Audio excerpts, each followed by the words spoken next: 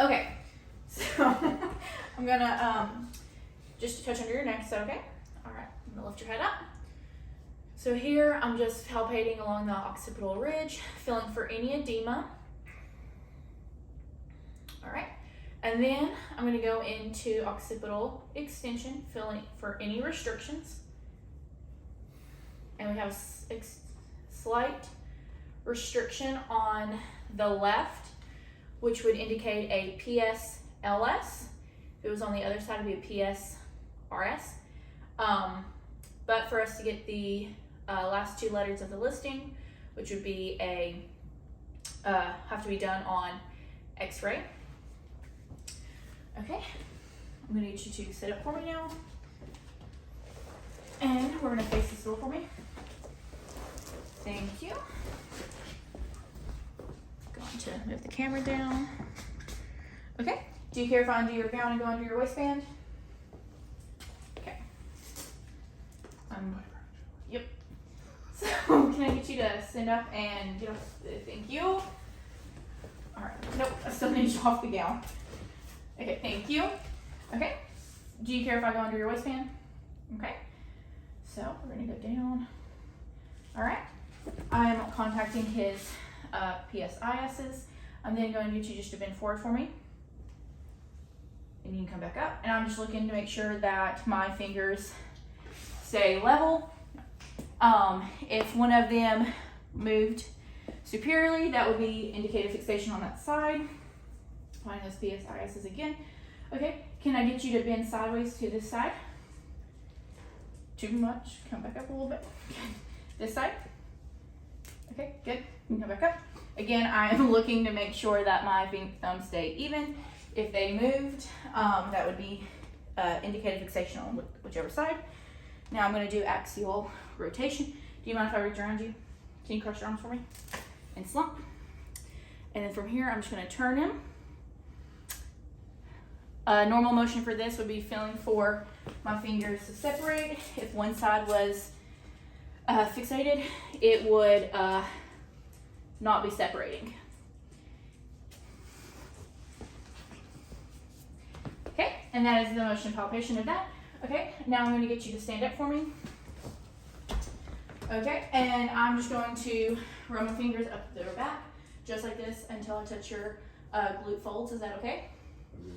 Okay, so I'm going to come in here now and just run my fingers up, looking for a lower high glute fold. If there was a low one, that would indicate an AS. If there was a high one, that would be PS. Okay, I'm then just going to get you to take a few steps in that direction for me. And I'm watching for his gait of his toes. You can come back this way.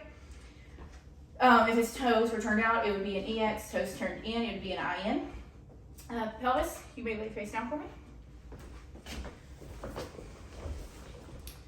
From here, I'm going to move it down just a little. Move the camera again. Okay.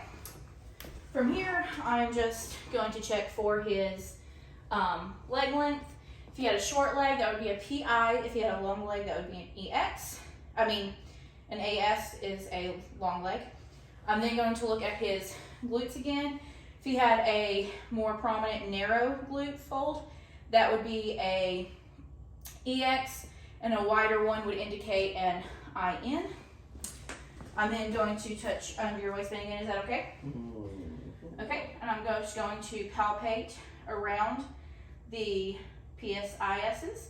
If you had superior edema, that would indicate a PI. If you had inferior edema, it would be AS. Medial would be an EX. Yes, that is everything for that. Okay, I'm going to get you to sit up for me. All the way up. I'm going to help you close your gown. I'm actually going to get you to turn and put your knee this way. Feet up. Yeah. You can lay down. Sorry. My bad. Okay. And then I'm going to just bend this right knee up for me. Thank you. So here, I'm going to do the popliteus muscle test on the right knee. So I'm going to turn your foot in. All right, and then you're going to resist against me, not let me bring it back. Good. That is strong. If that was weak, that would indicate a posterior knee or internally rotated tibia. I'm now going to just place your knee on top of my leg. All right. Going to go right here. Okay, and then I'm just going to rotate his tibia, and I'm feeling for internal and external rotation of it, which would, if he was restricted in internal rotation, it'd be an internal tibia, restricted in external tibia, or if rotation was good on both sides, that would be indicating a posterior knee.